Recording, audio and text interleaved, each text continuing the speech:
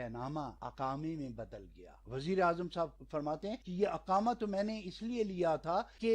ویزے کی پرابلم ہوتی ہے، لائنوں میں کھڑے ہو، جھجک ہوتی ہے۔ اب میں آپ کو بتاتا ہوں کہ اقامہ اپنی ذات میں کیا ہے۔ اقامہ اس لیے نہیں لیا جاتا کہ اس ملک میں آنے جانے کی سہولت رہے، اس کے لیے ملٹیپل ویزا ہوتا ہے کہ جتنے عرصے کے لیے وہ ویزا دیا جاتا ہے، آپ جتنی مرضی دفعہ چاہیں آئیں جائیں، وہ ملٹیپل ویزا۔ اقامہ اپنے لفظ کی طرح سے اقامت سے ہے، رہائش، اور اس میں ایک اور شے کا اضافہ کر دیا جاتا ہے، کام کرنے کی اجازت، تو وہ ریزیڈنس اینڈ ورک پرمیشن، اس کو اقامہ کہتے ہیں۔ اب ایک آدمی جو اقامہ لے کر کسی دوسرے ملک میں رہتا ہو، وہ اقامہ کیوں لے رہا ہے؟ طریقہ کار یہ ہوتا ہے کہ وہ ایک کفیل ہوتا ہے جو آپ کی گارنٹی لیتا ہے اور اس کی ضمانت پر آپ کو اقامہ جاری کیا جاتا ہے۔ جس طرح سے عورت کے نام کے آگے زوجہ فلاں یا بیٹوں کے نام کے ساتھ سر نیم آتا ہے، تو اسی طرح سے اقامے کے ساتھ اس کفیل کا نام آتا ہے۔ حسن نواز صاحب کی ایک کمپنی ہے، میں صرف اسی کی مثال دے دیتا ہوں۔ حسن نواز صاحب کی ایک کمپنی ہے جو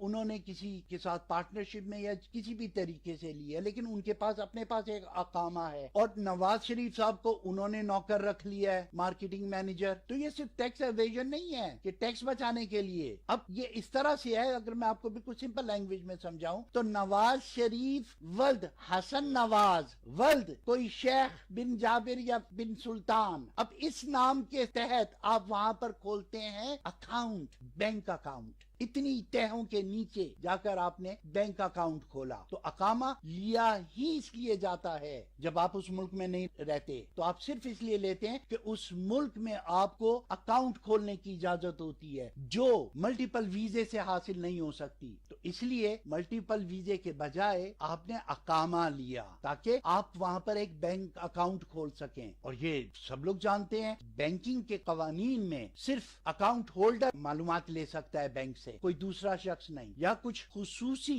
الزامات ہوں یا کوئی وجہ ہو، کوئی انویسٹیگیشن ہو رہی ہو، تو اسی ملک کا، جس ملک میں وہ اکاؤنٹ ہے، اس کی حکومت کچھ اسپیشل آرڈرز کے تحت آپ کا اکاؤنٹ دیکھ سکتی ہے، لیکن دوسرے ملک کی حکومت کسی بھی حالت میں نہیں کر سکتی ایسا۔ تو اگر آپ پاکستان سے بیٹھ کر یہ دیکھنا چاہیں کہ نواز شریف صاحب کے بینک میں کتنے پیسے ہیں، تو وہاں کی حکومت منع کر دے گی کہ ہم آپ کو نہیں بتا سکتے۔ تو اسی طرح سے یہ اقامہ جو ہے، یہ وہاں پر جب کھولا جاتا ہے، کوئی بھی کھولتا ہے اسے، تو اس کے پیچھے جو سب سے بڑا مقصد ہوتا ہے وہ کالا پیسہ ہوتا ہے جو جرائم سے حاصل کیا جاتا ہے، وہ کالا ہوتا ہے۔ ایسے اکاؤنٹ جاسوسوں کے پاس ہوتے ہیں، ایسے اکاؤنٹ ٹیررسٹ آرگنائزیشنز کے پاس ہوتے ہیں، ایسے اکاؤنٹ کک بیک لینے والوں کے لیے ہوتے ہیں، ایسے اکاؤنٹ مرتشیوں کے پاس ہوتے ہیں، رشوت لینے والوں کے پاس، اور ایون رشوت دینے والوں کے بھی، کہ وہ وہیں سے اس کی ٹرانزیکشن کر دیتے ہیں۔ تو جتنا کالا کبھی، یا یہ اسیسینیشنز جو ہوتی ہیں جسے ہم سپاری دینا کہ فلانے ملک کے صدر کو مارنا ہے، فلانے ملک کے وزیر کو مارنا ہے، فلانے پولیٹیشین کو گولی مارنی ہے، یا یہ جو کارپوریٹ آپریشنز ہوتے ہیں کہ فلانے ملک میں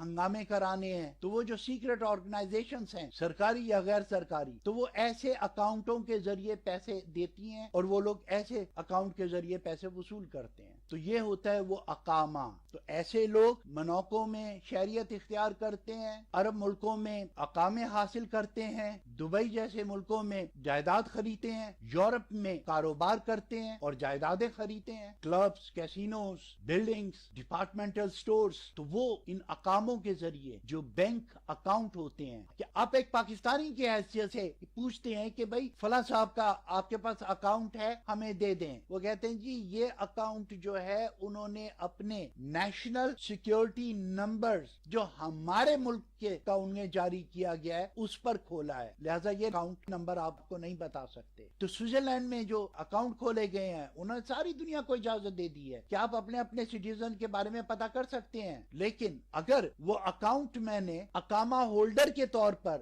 دبئی سے کھولا ہے تو پاکستان حکومت کس طرح سے میرے بارے میں پتا کر سکے گی کہ نہیں، ان کا اکاؤنٹ یہاں پر نہیں ہے، یہ اکاؤنٹ دبئی کے اقامہ نمبر یہ کا ہے۔ جیسے میں نے بتایا کہ اس کے پیچھے سر نیم کی طرح سے وہ جو ان کے ولی بن جاتے ہیں، کفیل صاحب، ان کے نام ہوتے ہیں۔ اور یہ اقامہ جو ہے اس پر جب سزا دی گئی ہے تو یہ چھوٹا موٹا جرم نہیں ہے۔ اگر ان پہ الزام لگایا جائے کہ جی انہوں نے ایٹم بم کا سودا کرنے کے لیے حامی بھری ہوئی ہے، کشمیر دینے کے لیے حامی بھری ہوئی ہے، یا وہ جو